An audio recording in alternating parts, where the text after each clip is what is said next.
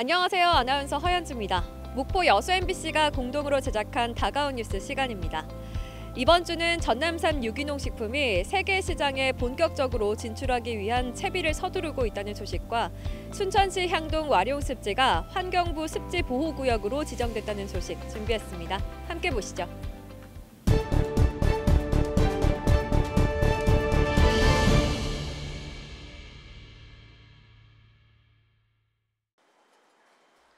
조미김을 만드는 김 가공 공장입니다.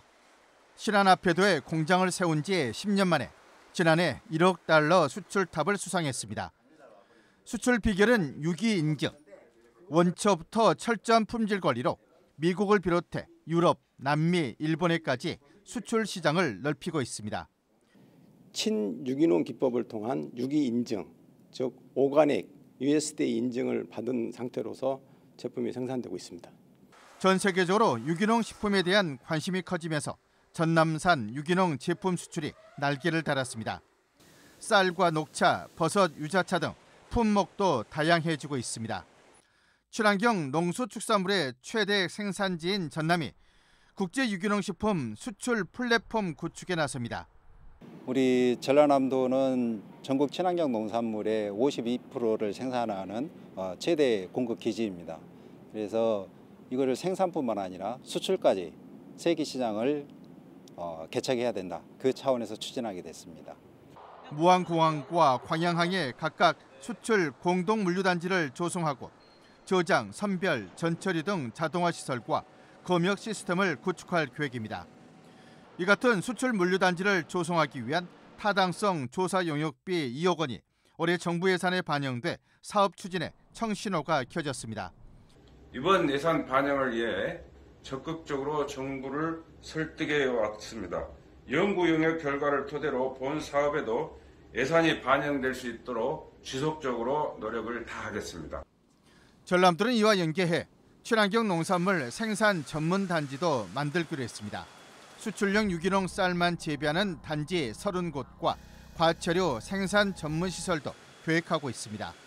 전국 최고의 친환경 유기농수축산물의 공급기지인 전남이 세계시장 공략을 위한 수출 인프라 구축에 집중하고 있습니다. MBC 뉴스 문현철입니다. 해발고도 500m, 면적은 0.93제곱킬로미터로 순천만 국가정원과 비슷한 규모의 와룡습지, 울창한 숲으로 둘러싸인 건천 형태의 산지 습지로 멸종위기 야생동물과 천연기념물 등 590여 종의 희귀생물이 서식하는 생태계의 보고입니다. 와룡습지는 지난 30일 국내 30번째 내륙습지 보호지역으로 지정 고시됐습니다. 환경부는 학술적 가치가 높고 생물 다양성이 풍부해 보존 가치가 높다고 밝혔고 구체적인 보존 관리 계획도 수립해야 합니다. 순천시는 우선 환경부 예산을 배정받아 여수에 거주하는 토지 소유주로부터 부지를 매입한 다음 산지 습지 탐방로와 조망대 등 최소한의 탐방 시설을 갖출 계획입니다. 물길 쇄골 현상이라고 건조와 육지화 현상이 발생하고 있기 때문에 습지는 물이 충분히 항상 존재하고 있어야 되기 때문에 그 건조화를 육지화를 방지할 수 있는 그런 보건 사업이 우선 가장 시급하다고 할 수 있습니다. 와룡습지가 보호지역으로 지정됨에 따라 순천만 연안에서 동천 하구에 이어 내륙 산지까지 순천시는 전국 최초로 3대 습지 생태축이 연결된 통합습지관리의 모범 사례를 구축할 수 있게 됐습니다. 순천시는 앞으로 바다에서 하천, 내륙으로 이어지는 3대 습지를 활용해 생태도시 이미지를 더욱 공고히 한다는 구상입니다. 순천만 습지하고 동천하구 습지를 또 연결해서 그 3대 습지를 활용한 생태체험 학습이라든지 생태관광 이런 활용할 수 있도록 이번 와룡 산지 습지가 지정되면서 순천만 습지에서 시작된 생태수도 인류 순천의 밑그림을 도심으로 확대할 수 있는 토대가 마련됐습니다. MBC 뉴스 최우식입니다. 광양에 있는 축구 연습장. 한겨울 추위 속에서도 선수들이 구슬땀을 흘리며 바쁘게 몸을 움직입니다. 정규 리그가 끝난 뒤에도 꾸준히 훈련을 이어왔던 전남은 새해 시작과 함께 본격적인 동계 훈련에 들어갔습니다. 지난해 정규리그에서 전남이 얻은 승점은 11개 팀 가운데 가장 낮은 35점.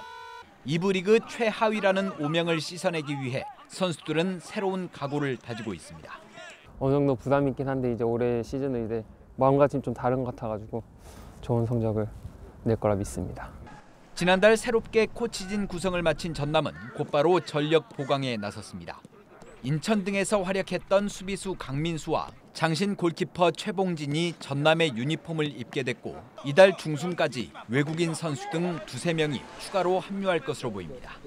굉장히 오랜만에 와서 설레기도 하고요. 팀에 조금이라도 도움이 될 수 있도록 먼저 열심히 해주고 그런 모습들이 좀 필요하지 않을까.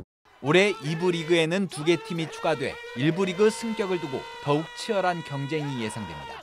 공격 축구를 강조하는 이장관 감독은 수비를 보강하고 골 결정력을 높여 올해는 반드시 지역민들의 성원에 보답하겠다는 포부를 밝혔습니다.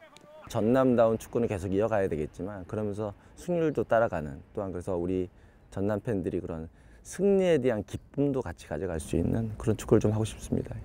1부 리그 승격을 위해 플레이오프 진출을 노리고 있는 전남은 오는 16일부터 다음 달 초까지 경남 창원에서 전지훈련을 진행할 예정입니다. MBC 뉴스 문형철입니다.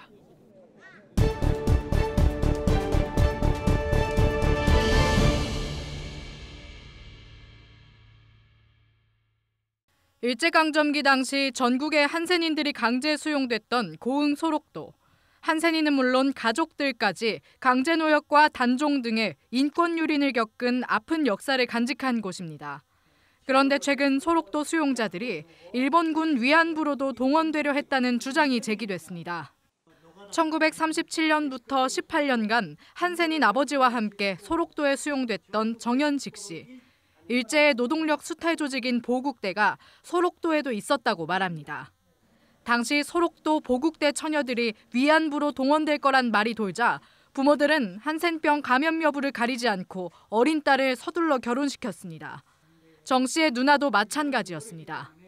이 처녀들을 전부 다 모아가지고 소록도 녹산국민학교 운동장에서 훈육 교육을 시켰거든. 우리 누나도 빨리 결혼했다고. 그러니까 그때 15살, 16살 됐는데 결혼을 시켰어.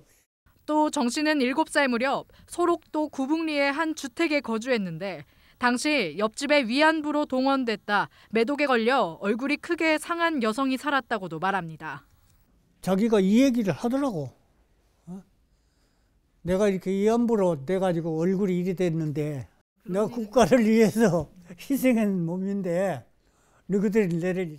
정 씨의 말을 뒷받침하듯 위안부 문제를 연구해온 윤정옥 교수의 저서에는 일본 나가시마의 한센인 요양원에서 위안부를 지낸 한국 여성을 만났다는 내용이 언급됩니다. 소록도라는 이 특수단체도 환자들 속에 자녀들은 그 보통인들이 많으니까, 병 걸리지 않는 사람들이 많으니까 거기에도 이 국가 천황 폐하를 위해서 일꾼을 뽑아내라. 한센인들이 위안부에 동원되려 했다는 증언이 처음 세상에 드러났습니다. 하지만 일제강점기 한센병 특성상 가족들조차 피해 사실을 알리길 꺼려할 뿐더러 소록도의 공식 기록도 턱없이 부족해 진실 규명에는 앞으로 어려움이 많을 것으로 보입니다. MBC 뉴스 강서영입니다. 전남도의회는 이달 초 정책지원관 12명을 추가로 임용했습니다. 이들은 각 전문위원실에 배치돼 조례 관련과 행정사무감사, 예산심의 등 의원들의 의정 활동을 돕게 됩니다. 저희가 도정에 의원님을 통해서 도정 발전에 조금이라도 도움이 되고 저희가 또 의원님들 의정활동 역량에도 많은 도움이 됐으면 싶습니다. 제12대 전남도의회가 출범한 지난해 7월 이후 처리된 의안은 240여 건. 재개정된 조례 107건 가운데 의원 직접 발의는 86건으로 전체 80%가 넘습니다. 특히 공동육아 활성화 지원 조례, 주민 참여형 에너지 전환 지원 조례 등 생활과 밀접한 조례들이 눈길을 끌었습니다. 정책지원관 제도 도입으로 의정활동 지원 여건이 향상되고 있다는 평가가 나오고 있습니다. 2023년 새해가 밝았습니다. 우리 전남도의회도 일하는 의회, 우리 도민들의 눈높이에 맞춰서 일하는 의회를 만들 수 있도록 우리 도의원들과 함께 노력하겠습니다. 전남도의회는 의원 정원의 2분의 1인 30명의 정책 지원관 확보를 위해 앞으로 8명을 추가 충원할 예정. 지원이 강화되는 만큼 의회 본연의 기능인 집행부에 대한 견제와 감시도 소홀히 하지 않겠다고 강조했습니다. MBC 뉴스 김진선입니다. 졸업 가운을 걸친 학생들 얼굴엔 아쉬운 표정이 가득합니다. 코로나19가 시작된 지난 2020년 3월 입학해 3년 내내 코로나19로 힘든 학교 생활을 해왔기 때문입니다. 하지만 졸업식장에서도 학교 운동장에서도 웃음소리가 넘쳐났습니다. 코로나19 확산을 막기 위해 비대면으로 진행했던 과거와 달리 3년 만에 대면 행사가 치러졌습니다. 친구들과 가족들과 함께 사진을 찍으며 그동안 남기지 못했던 소중한 추억을 쌓았습니다. 수학여행도 못 가고 소풍도 많이 못 가서 정말 아쉬웠는데 이제 그래도 졸업식이라도 이렇게 하니까 매우 기뻤어요. 오늘은 부모님도 오시고 친구들도 와서 축하해주는 분위기가 다시 볼 수 있어서 너무 좋은 것 같아요. 부모님들도 즐겁기는 마찬가지. 자녀들의 졸업식 날만을 기다려왔습니다. 이번에 졸업을 하게 돼서 이렇게 오게 돼서 너무 다행스럽고요. 각급 학교에서는 다음 달까지 대면과 비대면을 활용한 졸업식이 이어집니다. MBC 뉴스 박종호입니다.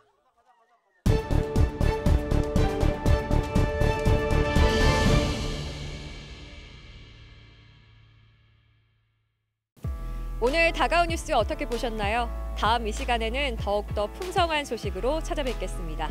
많은 관심 바랍니다. 고맙습니다.